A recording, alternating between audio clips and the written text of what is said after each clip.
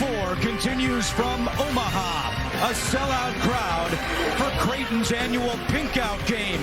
And the Blue Jays will have their hands full with 13th ranked Xavier. A look at the standings in the Big East. The Musketeers lead the way with a 9-1 league record. Creighton's coming for them in 4th place. And hi, everyone. Alongside former Villanova head coach Steve Lapis, I'm Andrew Catalan. These two teams met 2.5 weeks ago, and it was arguably the game of the year in the Big East. Xavier won 90-87, and we're expecting another track meet today. It was a real barn burner. Both teams shot 50% from the field. These are two of the best offensive teams in the country. In 2 minutes, when these kids go out on that court, all 10 starters in double figures. You don't see that very often. Let's take a closer look at the matchup. Our fast analysis is presented by AT&T 5G. Well, Ryan Kalkbrenner's shooting 74% from the field this year, and the big reason is he is one of the best rollers in the country off of pick and rolls. You throw it up in the air, and the big kid knows how to finish around the rim. And Sule Boom for Xavier. Yeah, one of the impact transfers in the nation. He's so good playing cat and mouse with that pick and roll, and he has all kinds of crazy shots, knows how to use the glass very, very well. There's a lot of juice in this building right now. Xavier and Creighton going head-to-head again. Coming up next on CBS.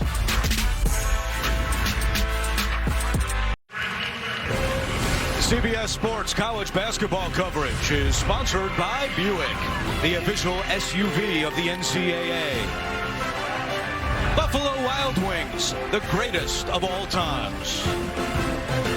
And by Liberty Mutual Insurance, only pay for what you need.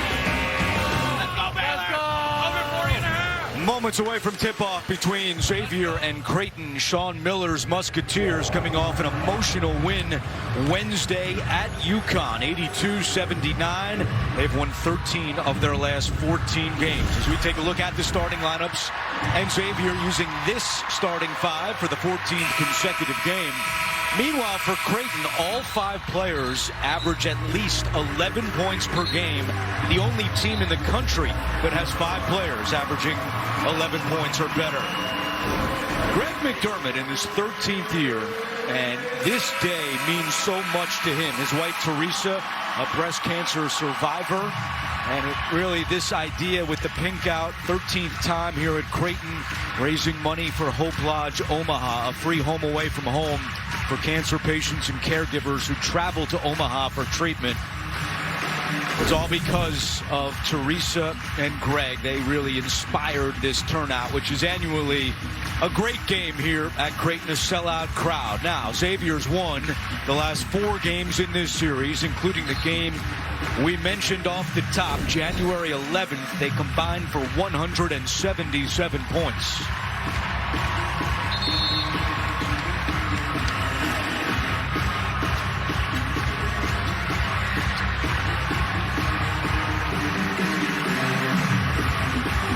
Great scene here in Omaha. We're ready to go with Pat Driscoll, Brian O'Connell, Evan Burrows, our officials.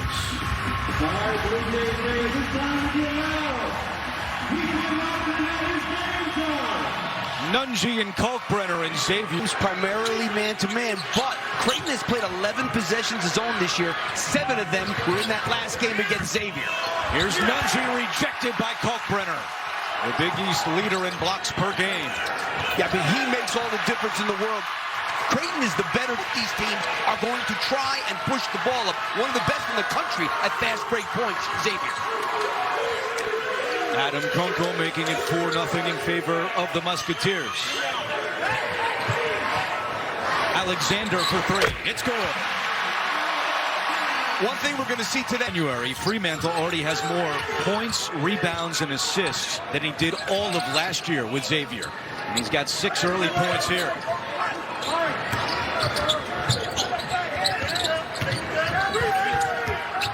Alexander trying to get to the hoop, back out to Mason Miller, who's on the floor. Nemhard hits a 3. You know, prior to that St. John's game, the other Nemhard had really been struggling from 3, but he found his range in that game, and he knocks that one out. Fremantle around Miller, it won't go, and Nemhard with the rebound.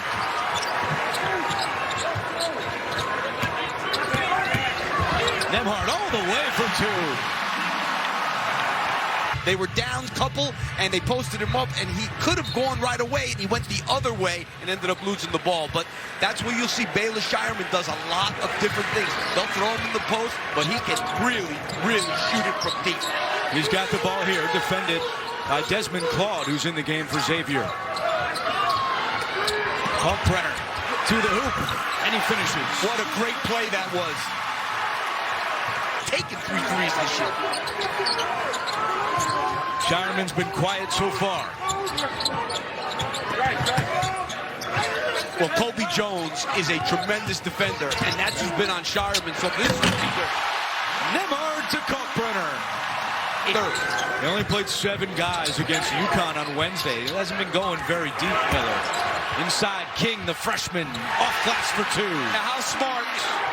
He should have taken that one at him, too. Fremantle lets Nembhard go by. Wild shot. King has it with 12 to shoot.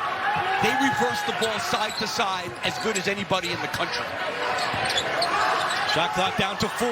Nembhard trying to get to the hoop. Has an opening and lays it in. End of the shot clock is when you can. And Sean Miller said he really foreshadowed some of the challenges that he would face at Arizona. And Miller told us he still has that note from Billy Packer. He was a giant, no doubt about it. Kaluma the long rebound as Farabello puts one up and in. They don't get much from the bench. At UConn on Wednesday, Sean Miller called that their best win of the year. 9:40 to go, first half.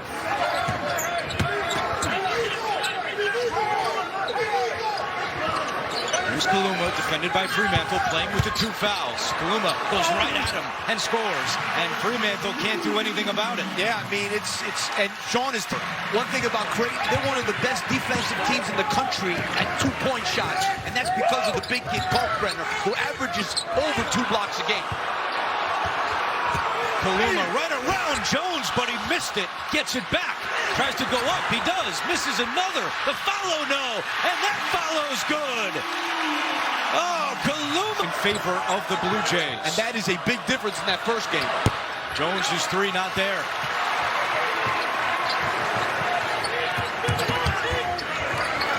Kaluma feeling it.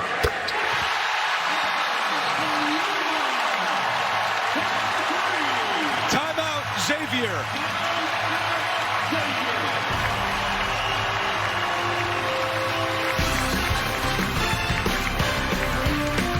Hunter's 3 won't go. Nunji could not grab the rebound. Hunter just his 4th 3-point attempt of the year after shooting 66 a year ago. As Shireman lays it in. In fact, Coach Miller said, I don't know without Claude and Hunter if we win that game. Kalkbrenner. Nunji's got to be careful, and Kalkbrenner takes advantage. You know, I don't blame Greg McDermott. Real chance. I understand what he's trying to do, but he's taking a real chance with this group. Jones is rejected by Kalkbrenner. Kalkbrenner now with multiple blocks in 7 consecutive games. I mean, he's good at moving his feet. He was able to stay with Kobe Jones on that one. You know, it's amazing. Back when I was coaching, the Big East was like rock'em, sock'em, low-scoring games. We have 3 of the best offensive teams in the country in the Big East. Xavier, Creighton, Marquette, 3 of the best. Kalkbrenner bringing his best. He's got 8 points and 5 rebounds. Yeah, it's amazing that Shireman is the leading rebounder and not Kalkbrenner. Greg McDermott told us that's been the biggest surprise with the transfer Shireman, just how well he's been able to rebound at this level. Alexander's 3 is good. His second attempted 1 shot. He's got 2 points with 1:50 to go in the first half. And they're really forcing him left. Boom, puts up a 3. Short. Tough shot. Nunji at the scorer's table set to check in for the Musketeers. Kalkbrenner down low with Fremantle on him, and he scores. In double figures now for the 15th time this year. Xavier would love a carbon copy of what happened almost exactly 1 year ago. And hear about this. Xavier has played count them, 6 possessions of zone all year. They come out in the second half in a zone. Now they went man-to-man. So they showed the zone, and then they matched up man-to-man. Interesting. Kaluma muscling his way down. He had 4 points on 1 of 12 shooting. Hasn't shot a lot tonight, but only 2 points. Alexander connects. Because if he gets his 4th, he's gone for a long time. Or Sean Miller's looking at it like, we got to make a move now. Yeah, I think that's what he's thinking. I'd at least get him out till the under 16. Shireman catch and shoot. That's pure for the South Dakota State transfer. And the lead is down to 10. Fremantle with the 3 fouls. Kaluma goes right at him for 2. Yeah, I mean, he had to let him go. This week we had a great dinner with Creighton, his wife, last night. That was a lot of fun. A lot of fun. And now an early tip time today. And it's not like me to dine with an official, but, you know, it was a football official. That's okay. No basketball ref. Right. Shireman for 2. He's tough. Allen scoring once again for the Blue Jays. 4 different players have at least 9 points. They played that pick and roll much better. And Shireman buries it. At least 1 Xavier is 9 for 13 shooting this half. Getting a little better on this end, which is the key. Shot clock down to 7. Kaluma on the attack. And he's able to get it to go. So tough, strong. Wanted to do something, and he did it. That was good defense by Nunji getting his hand on that. Fremantle and Boom are at the scorer's table for Xavier as Claude coughs it up. And numbers the other way. Kalkbrenner right at Nunji. Counted in the foul. 9 points for Colby Jones. I'll tell you, the one thing that we have to notice, too, Andrew, is the job they've done, Creighton, on Sule Boom. Only 4 shot attempts in the game. Kaluma lost it right to Kalkbrenner. To your point, Lap, Greg McDermott told his team, we got to get on Boom at the catch, and they have done that today.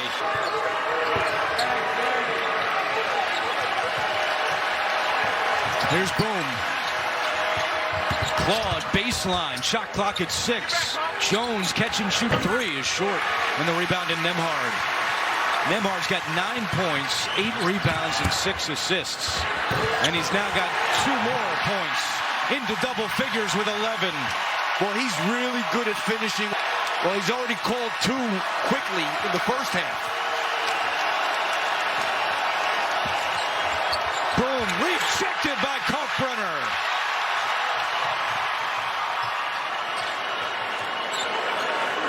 Oh, he's shooting that.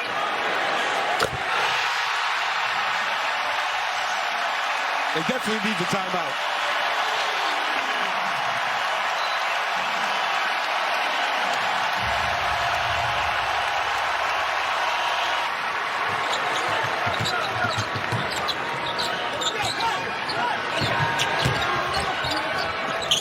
Kaluma catch and shoot 3. And they're all going in for Creighton right now. Yeah, this is, I mean, the bottom line is, Andrew, they've given up 70 with 8 minutes to go. I mean, and now it looks like they're going to play zone.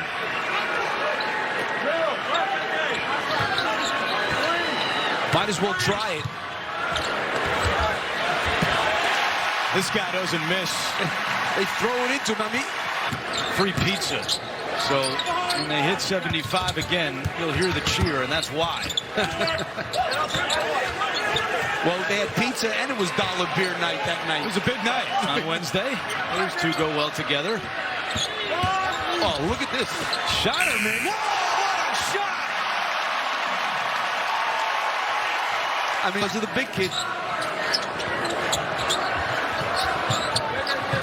And this is a tough place to win. We pointed it out. But with 10 games left in the regular season for the Blue Jays, only 4 of those 10 are at home. Great back cut. And Mitchell scores. Sharif Mitchell. second Big East loss of the year for the Musketeers, losing at DePaul and now today at Creighton. And once again, we want to tip our cap to Greg McDermott and the entire program here at Creighton for a phenomenal pink-out game. It means so much to the community. They've raised over $400,000 in the history of this event. And what a scene. And Sean Miller said, let's just dribble it out and head home. Blue Jays. He's like, get me out of here as fast as we can.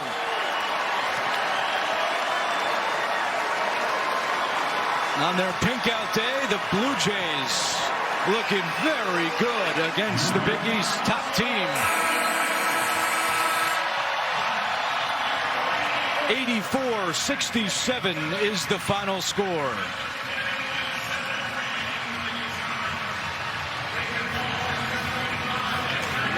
All 5 starters in double figures for the Blue Jays. And we update the Big East standings with Xavier falling to 9-2 and Creighton solidifying its spot in 4th place. And a dangerous team moving forward as February is right around the corner. Yeah, they put on an offensive clinic today with some underrated defense with Ryan Kalkbrenner leading the way. Xavier averages 84 points a game. They score 67 today. 84-67 the final. For Steve Lapis and our entire crew, this is Andrew Catalan saying so long from Omaha. We'll get you to New York for Inside College Basketball presented by Progressive Insurance right after these messages. This has been a presentation of CBS Sports, home of the 2023 Men's National Championship. Progressive Insurance, as we're getting set for our second tip. Adam Zucker alongside Clark Kellogg and Seth Davis, and Creighton, the whole band of Blue Jays, a double-digit win over Xavier, and the race to the top of the Big East standings tightening a little bit more now. Blue Jays starting to find their mojo. We've talked about it the last couple of weeks. This team rounding in the form that we saw earlier in the season before they hit that 6-game losing streak. Defensively, I thought they were terrific. Balance across the board. Let's look at this Creighton Blue Jays offense led by Ryan Nembhard, Trey Alexander. Nothing but rope on that one. Hesitation. There you go. That's the guy doing work like you would, Seth. Yeah, 7'1". That's something that I meant Nembhard. I might need a couple. I might need a couple of phone books for here. But there's the guy, Baylor Shireman. I think he's actually more comfortable if he's 4 or 5 feet behind the three-point line as opposed to toeing the line. But look, this team is really hard to defend. If you are a great defensive team, when you are a flawed defensive team like Xavier, and then your 2 big men getting in foul trouble, it was target practice in Omaha. And this was, I think, a real important confidence game for Creighton. They went through that 6-game losing streak, but 3 of those games Kalkbrenner didn't play. He was sick in the ones they lost. You mentioned they had the good wins early in the season, had some really close losses as well to Arizona and Texas. This team is Final Four good, and they do defend. This is a big-time statement today. Yes. Yeah, and this was the team that was picked to win the Big East at the start of the year. It says something when all of your starters are at or above their averages.